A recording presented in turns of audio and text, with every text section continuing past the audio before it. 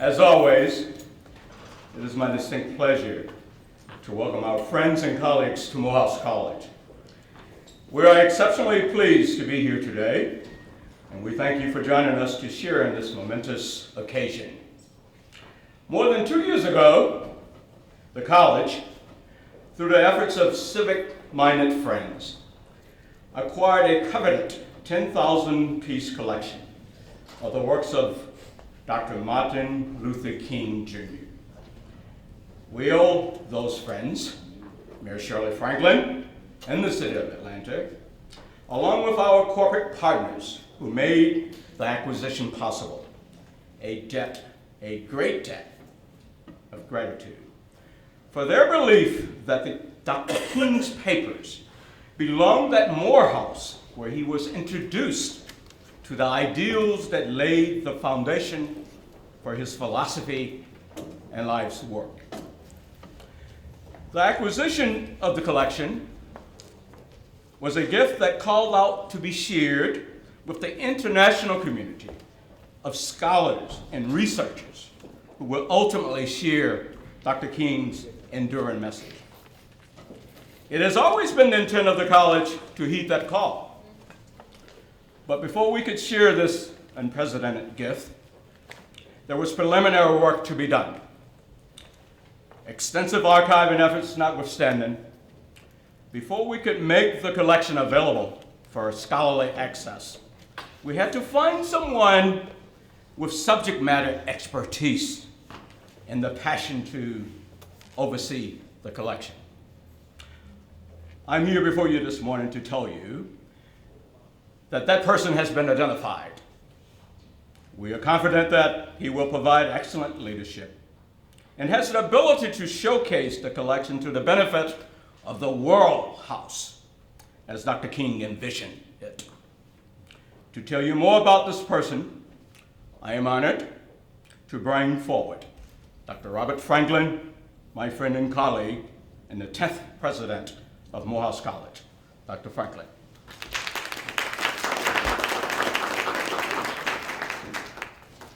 Thank you. Dr. King once wrote that this hour in history needs a dedicated circle of transformed nonconformists.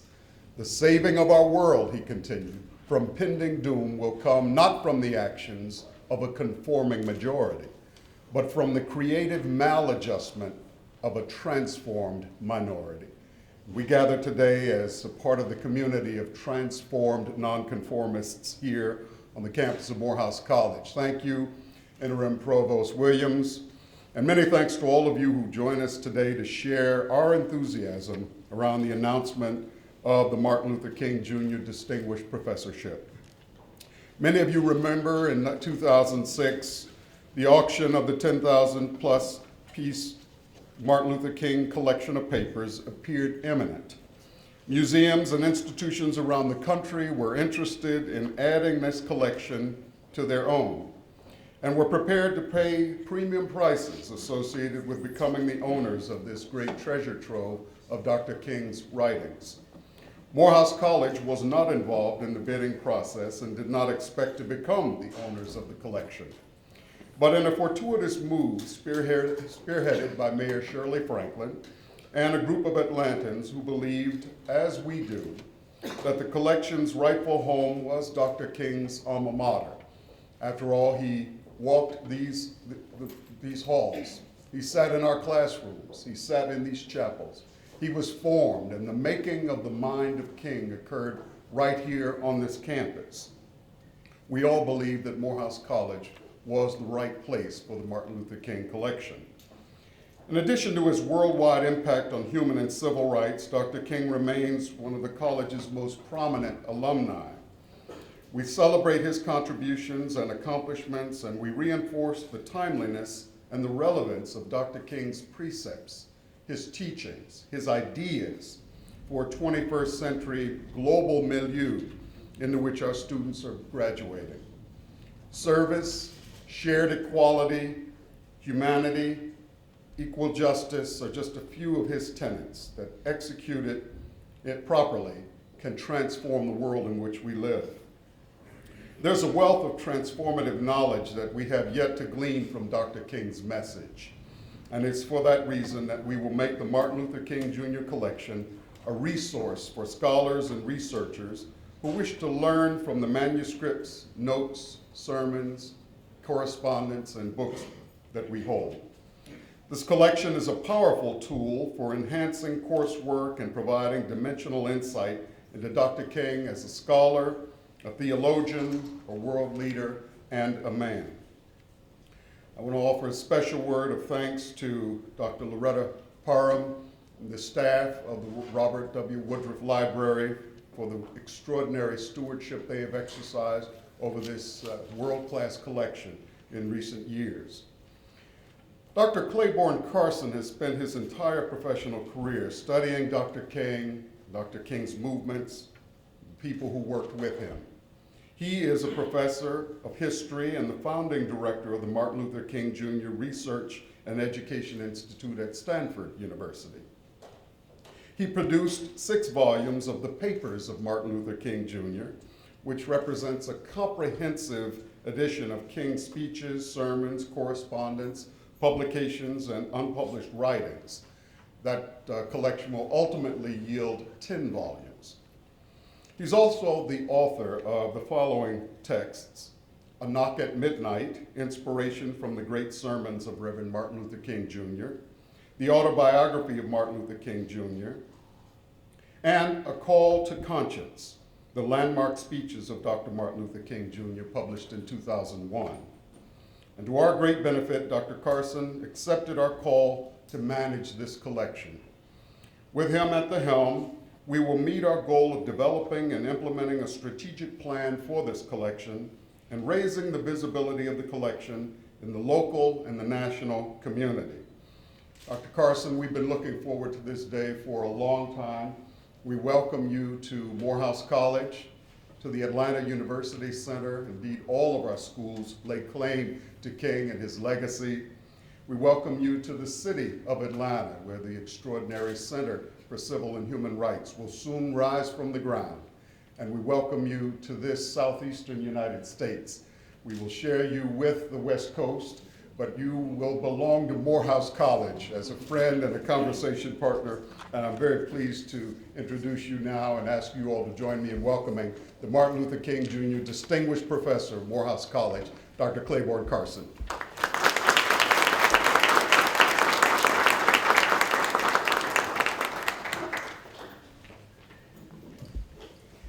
Thank you so much, President Franklin, and good morning to all of you.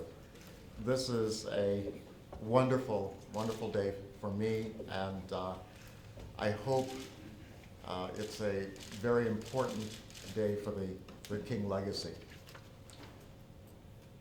We have so much to be thankful for, to be here today at this particular moment, talking about the King legacy. One of the things I've been working on in the last week is an article about King and President-elect Obama. And it occurs to me that I think one of the reasons why there's been so much of an emotional outpouring about the election of the new president is that we will once again have a leader who inspires us with a vision for what America could be. And also someone who is able to give us an understanding of what America can be because of his historical understanding going back to the founding fathers.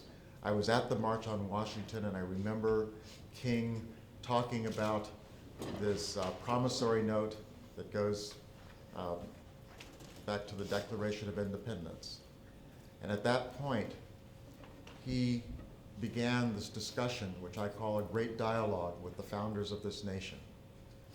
And I think that President Obama is another inspiring orator who is also capable of reminding us of the ideals on which this nation was founded. So I think that we are very fortunate. I think that there's this convergence of history, the fact that Obama accepted the nomination on the same day that King gave his I Have a Dream speech. And now, next week, the day after the King holiday, the day after Martin Luther King would be 80 years old, we'll have the inauguration in Washington, D.C. Now, this new responsibility, which I feel as an enormous responsibility, I feel the same way I felt some 20-some years ago when Mrs. King called me and asked whether I would edit and publish the papers of Martin Luther King. I felt at that time I was taking on something that was going to affect the rest of my life, and it certainly has. But I think that we've now reached a new stage in this. I think that the collection that is now here at Morehouse is the most important single collection about a major American figure that offers new windows of insight into that major American figure. One of the things that I think has not been discussed enough, and I'm sure that with Loretta and her staff we will emphasize this point, is that these are largely new materials, new windows into the life of a person we thought we knew well. I remember coming to Mrs. King's home and going into the basement and pulling out these boxes that had been there since the 1960s and seeing for the first time documents like the one we have right over here, the draft of the Nobel Peace Prize speech. I think that we need to be aware how important these documents are. I think that that's what that document is. I hope it is. And we need to understand that these are going to open up whole new areas of research about Martin Luther King. And I think one of the things we will also learn today is that this collection will offer new avenues of research by allowing researchers to search for and pull up individual documents. I remember going into lots of archives where they bring you boxes of materials and say, look through them and you'll find something interesting. I think that now we are beyond that stage and we are going to bring research into the 21st century. Now I'd like to just say a few words about what I would like to do with this collection, and it has to do with public education. Some people believe that we have already educated people about Martin Luther King through the King holiday. I think we've only begun to do that. I've said before that it's a mistake to think of him simply as an African-American civil rights leader. I believe that Martin Luther King is the greatest symbol of the greatest freedom struggle the world has ever known. Let me defend that statement. At the beginning of the 20th century, most people on the face of the earth had no basic civil rights. They could not vote, they were not citizens of the country they happened to be in. We had a number of great movements in the 20th century, and we have a few symbols of those great movements. Martin Luther King, Gandhi, Nelson Mandela, and a few others I could name are the great symbols of those transformative movements of the 20th century. We need to understand King's global significance. I would like to initiate that greater understanding with a series of seminars, bringing the best people in the world together to discuss the meaning of Martin Luther King. And I would like to also to inspire young people to seek constructive solutions to world problems by bringing them together on an annual basis and keeping them together using the technology of the internet so that they could continue to work together over the course of their careers using the ideas of Martin Luther King to deal with these pressing problems of the 21st century. Now I know that that's an ambitious agenda, but I think that with the help of all of the people here and all of you in this audience, I think that we can begin to make these changes possible. And I look forward to this challenge, and I look forward to coming back. By the way, I've been here many times before, so it's not that you're introducing me to Atlanta, but I'm coming back to my second home. Thank you very much.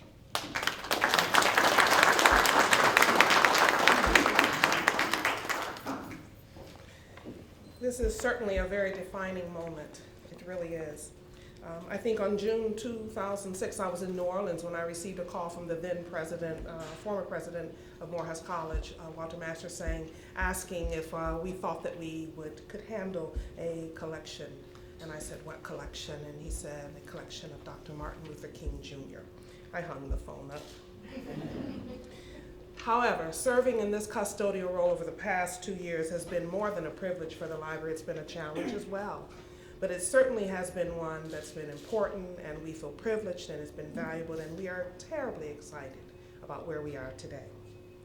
What's been happening since that time? As you all know, after the collection arrived in Atlanta, it was immediately prepared for a full exhibition, nearly full exhibition, at the Atlanta History Center. What that meant was that the collection was not in the library, or part of it. It was taken away. So during that period, we prepared a team.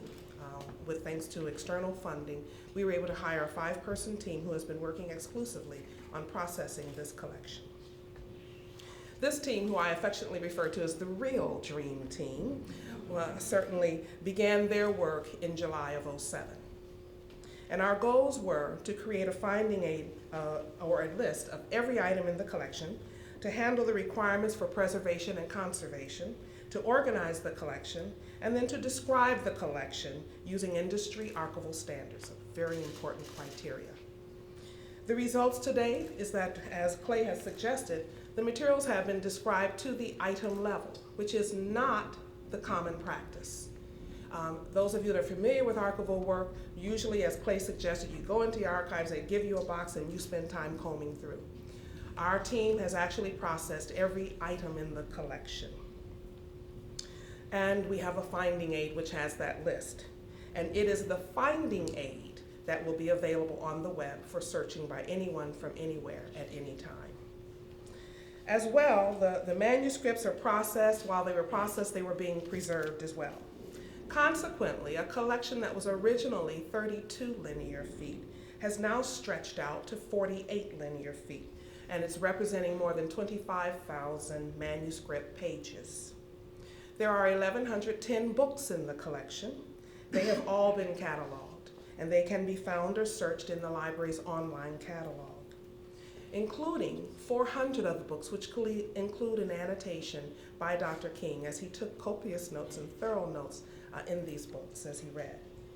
So to date, approximately 75% of the total collection is processed and accessible. This means that about 60% of the manuscript collection is available as of today, and that 100% of the book collection is available. However, the team is still at work. The next time we talk to you, what we want to be able to say is that it is 100% completed. What we wanted to do, however, was to get the most popular items available as soon as we could, and that's been our goal, and it's been achieved. In addition, the Woodruff Library team, the Real Dream Team, has continued to maintain dialogue with our collaborators at the Howard Gottlieb Archival Research Center at Boston University, where there is also a very large collection, although certainly less stellar, according to Clay and I, as well as working with Stanford Institute, the education at King Institute and education that Clay manages there. We are all partners each in a collaborative called the MLK Archival Collaborative Project.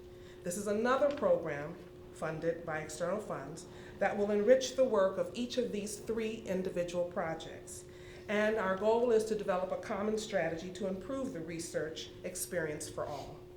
Ultimately, we will launch a single website containing finding aids that can offer an integrated search with the results that will link the user to descriptive information from both Boston University and Morehouse College King collections.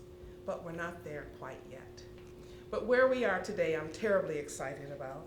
We are proud and pleased with the work that has been accomplished thus far, and very appreciative for all those who have helped.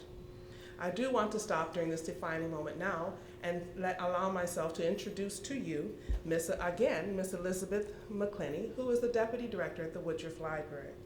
She is in the library in the Archives Department, and she is prepared to show you what the access experience will be. So thank you. Ms. McClenny.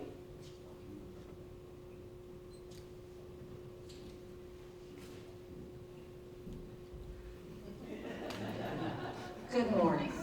My name is Elizabeth Gail McClenny, and I'm Deputy Director of the Woodruff Library of the Atlanta University Center. Today I'm going to show you how to conduct research using the Morehouse College Martin Luther King Jr. collection from your home, office, dorm room, or from within the Woodruff Library. We'll start our research at the library website. And from here, we'll follow the path to the Morehouse College King Collection project website. Here you'll find information about the library, the Special Collections Department, and policies and procedures for the King Collection itself. By clicking on the phrase Current Status, you'll be taken to the King Collection Finding Aid website. This site allows researchers that are not in archives and special collections to get detailed information on each item in the collection by studying the finding aid. By clicking on Browse Finding Aids, you are taken to the overview for the collection. A finding aid is simply a listing or inventory of items in a collection that's divided into categories. These divisions are often referred to as series or subseries. There are 9 series that are currently available for research in the King Collection. In this finding aid, you'll see a brief biography on Dr. King, information about the collection, as well as administrative information on use and the arrangement of each of the 9 series. The 9 series can be browsed individually or collectively. For example, when I click on the title, Writings by Martin Luther King Jr., I'm taken to the series description for that finding aid. Within this series, the citations contain descriptive information on titles, chronology, details about the format of the document, is it handwritten or typescript, is it perhaps annotated, and the number of pages. Also important for research are the cross-references to related archival materials in the Howard Gottlieb Archival Research Center at Boston University. The value of this information means that from a single finding aid, a user is able to determine what information he or she needs, even if it is located in 2 different archival repositories in 2 different geographic locations.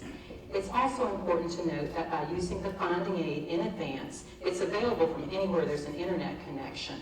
The researcher can gather a great deal of collection information to help determine which digital images are going to be used upon arrival in the Woodruff Library. Alternatively, researchers can search across all finding aids using a keyword search that is similar to Google.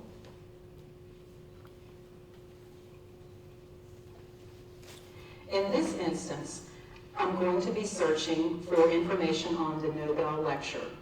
I'm going to type in the phrase Nobel, and I'm going to be presented with citations across all the series that match this particular keyword. Here I'm going to select a citation, and we can see that it's the Writings by Martin Luther King Jr. that contains this phrase. I can either scroll down to the appropriate entry, or I can use the Find feature in the browser to determine where this citation resides. As we can see, there are several citations that match. I'm going to pull up, because I'm in the Archives and Special Collections now, I'm going to pull up a draft of the Nobel Prize acceptance speech that was annotated by Ambassador Young. Here we see the document has 7 pages. I accept the Nobel Prize for Peace at a moment when 22 million Negroes of the United States of America are engaged in a creative battle. From this document, we're able to see an insertion, and by using the Content DM software, we're able to zoom in on this insertion to get a better view, thus demonstrating the quality of the digital image. If I click on the last page, I'm able to see what that insertion was.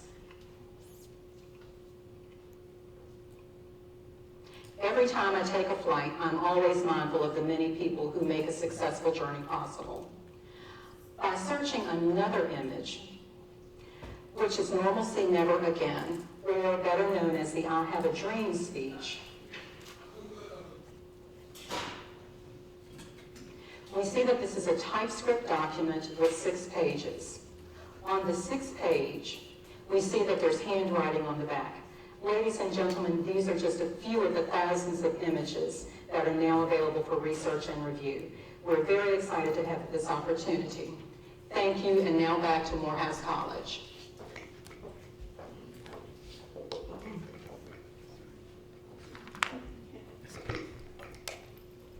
Good morning, everyone. I'm Tony Mosley, Director of Public Relations, and thank you all for being here this morning. I'd like to open the floor now for Q&A. Dr. Carson and Loretta Parham, Dr. Franklin, John Williams are all available for questions.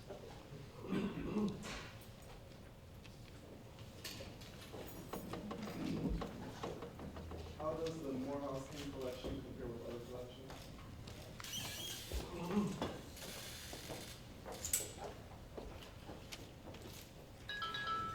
Well, having spent the last 20-some years of my life going through all of these other collections, I would say that what we have here, a lot of terms I could use, the jewel of the collections.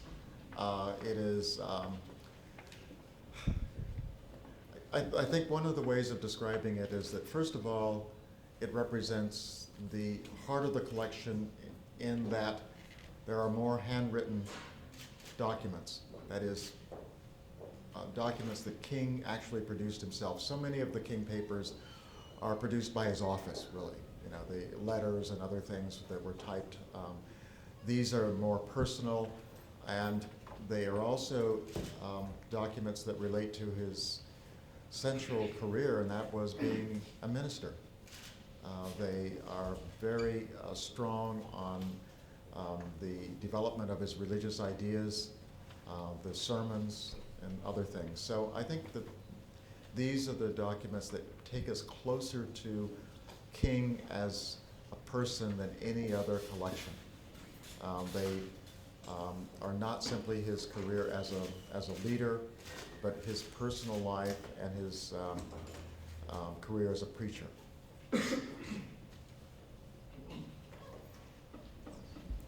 What is the relationship, if any, of this collection to the new proposed in planning the Center for Civil and Human Rights? I've read that part of this collection will be on exhibit there. What is the relationship? What will it be? I think that's still undetermined. Do you want to respond to that?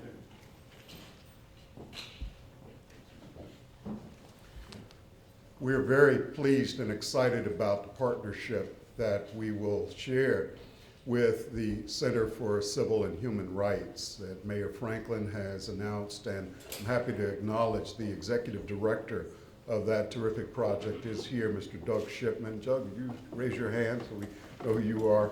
You'll be hearing a lot more about the Center for Civil and Human Rights. It will serve as the primary exhibitor of these materials for public engagement.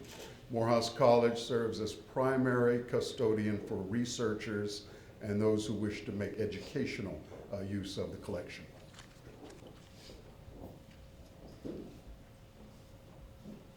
What is the relationship with the King family as far as use of the content of the documents?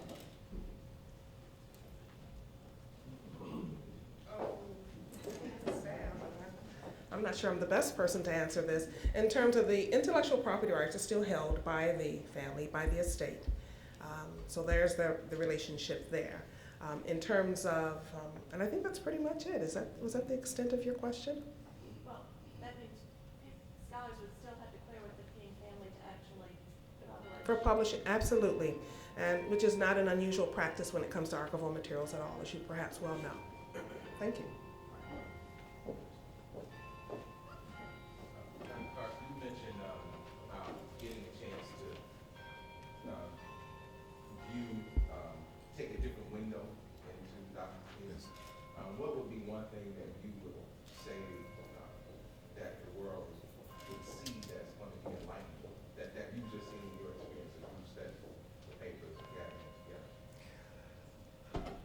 I think it goes back to what I mentioned, the misconception of King as simply an African-American civil rights leader. I think when you look at his career, his life as a whole, and you see that in 1948, when he began his career as a minister, he announced that the main objective, his vision for change, had to do with dealing with the problems of unemployment, slums, economic insecurity.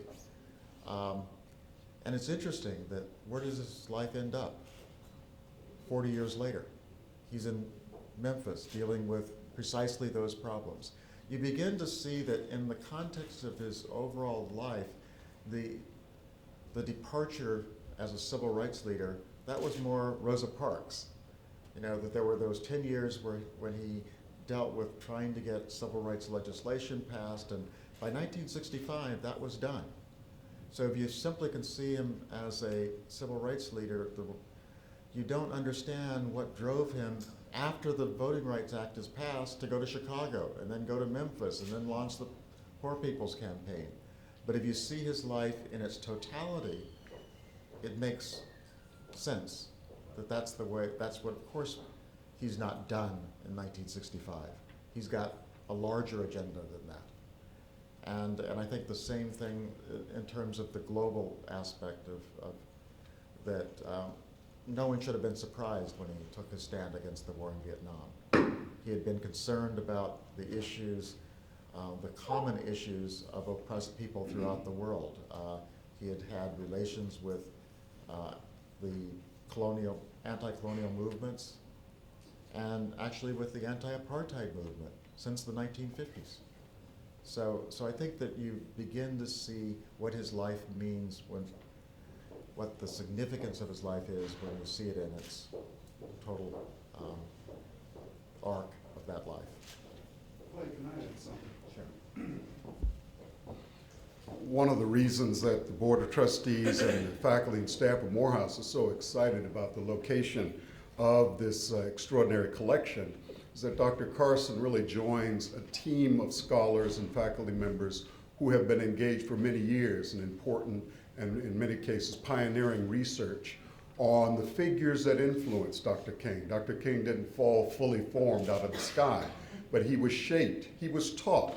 So on this faculty, we have one of the nation's leading scholars of Howard Thurman, the theologian, and Dr. Walter Fluker, who directs our Leadership Center. He's not with us today, but will join us later. Dean Lawrence Carter of the Martin Luther King Chapel is one of the nation's leading scholars on Benjamin Mays, the 6th president of Morehouse College, who had a profound impact on the shaping of the mind. And then let me just note that the college archivist, Mr. Skip Mason, Herman Skip Mason, Skip, will you raise your hand, has continued to document the photographic history as well as the anecdotal history that you will hear more about as our work continues. And let me just cite one other person as a representative of the larger Atlanta University Center's scholarly community's embrace of the collection, Professor Vicki Crawford in the rear from Clark Atlanta University. Raise your hand, Vicki. She is one of the nation's leading scholars on the role of women in the civil rights movement. So Dr. Carson joins a deep bench of scholars who are engaging the King legacy and those who worked with and walked with Martin. My name is Sean Crosby. I'm a freshman at Morehouse College. And are there going to be any opportunities for us, meaning students in the Atlanta University Center, to work with the collection? And also, I'm excited about this. So how do you think this will impact my studies here at Morehouse?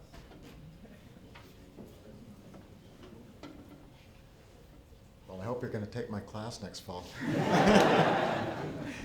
I'd like to reiterate what President Franklin said. I think that one of the things I can do, I hope, with this seminar is to call attention to people like Vicki Crawford and Walter Fluker and the importance of the work being done by Dean Carter. And the research, sometimes you don't realize the wealth of resources that you already have in this area. And we just need to begin to build on those resources and provide opportunities for us to get together as scholars and you know, the kind of creativity that comes from that interaction. But the involvement of students in the work of the King Papers Project has been crucial since its inception. There have been a number of Morehouse students who have worked on the King Papers Project, both here in Atlanta and at Stanford. We've had them come for the summer. There's exchange programs between Stanford and Morehouse.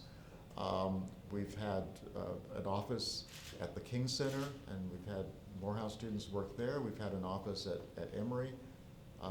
So we've had various kinds of opportunities. I don't think we would be as far in our work as we are if not for that kind of involvement. So I'm looking forward. I've already talked with President Franklin about expanding those opportunities. And I think doing something else, not just working as researchers on behalf of the project, but this vision I have of something, if you imagine like what we think of as the Rhodes Scholarship, but instead of having a Rhodes Scholarship where it's kind of an individualized program where people get an advanced degrees and go off to Oxford, think of one where you're talking about a community of young people who have a chance to take these ideas that King and Gandhi and Mandela and so many others about constructive and solutions to world problems, and identify the most talented people from all over the world, bring them together so that they can get to know each other and stay in touch over the years. I think that kind of a vision is something that I would hope that young people would respond to. And I think that we really need that, and we have the capability. Right now I have just an experiment of my own, the Gandhi King Community. It's an online social network, and you are all welcome to join that. It's just the beginning of the kinds of things that we can do with the technology, with the resources that have been brought together to make sure that these resources are used in the way that Dr. King would have wanted us to use it, to change the world for the better.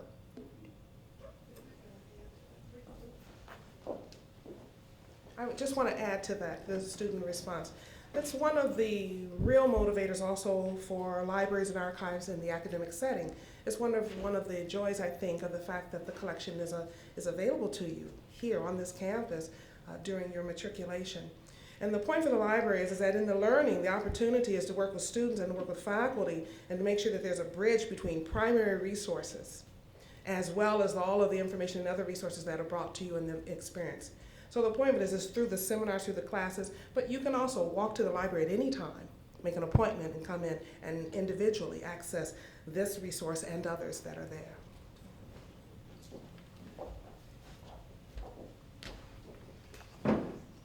Again, I want to thank everybody for coming out this morning. I'd like to make, just do a few little housekeeping notices. Please join us this evening at 5:30 for a reception in the Executive Leadership Conference Center. And at 6:30 p.m. we will have Dr. Carson as our keynote speaker for the inaugural Martin Luther King Jr. Lecture. He'll be talking to us about King, Obama, and the Great American Dialogue. I'm sure that's going to be exciting. I can't wait. So please come back and join us this evening for the lecture. Thank you.